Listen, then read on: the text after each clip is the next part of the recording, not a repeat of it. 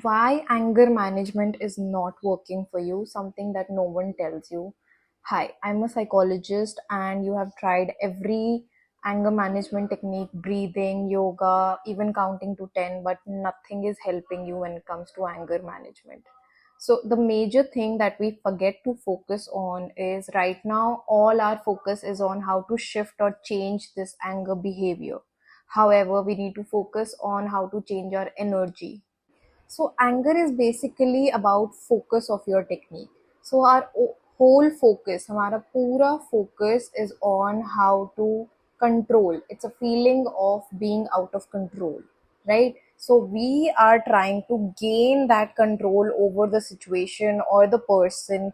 The way I wanted the things that did not happen, or something that you were wishing, or the person did not say जो मैं चाहता था वो मुझे नहीं बोला गया. So that is why anger is coming in.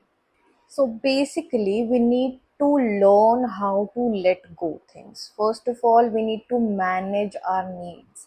We cannot control other people, outcomes, or situations. That is something that we all know. What we fail to understand is whenever we go into the need to control other people or situations, we are also letting them have a control over our emotions and situations. Rather, when we shift our focus from the need to control to need to let go, we are gaining the control back as to the whole situation, that I'm not going to let this person or the situation have a control of how I react right now in this situation.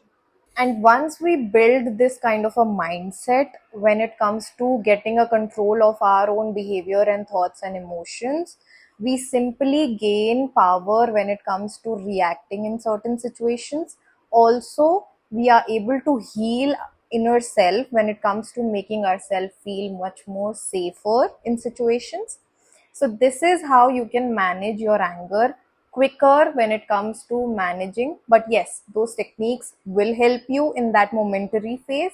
For a prolonged phase, you have to change the mindset. Thank you.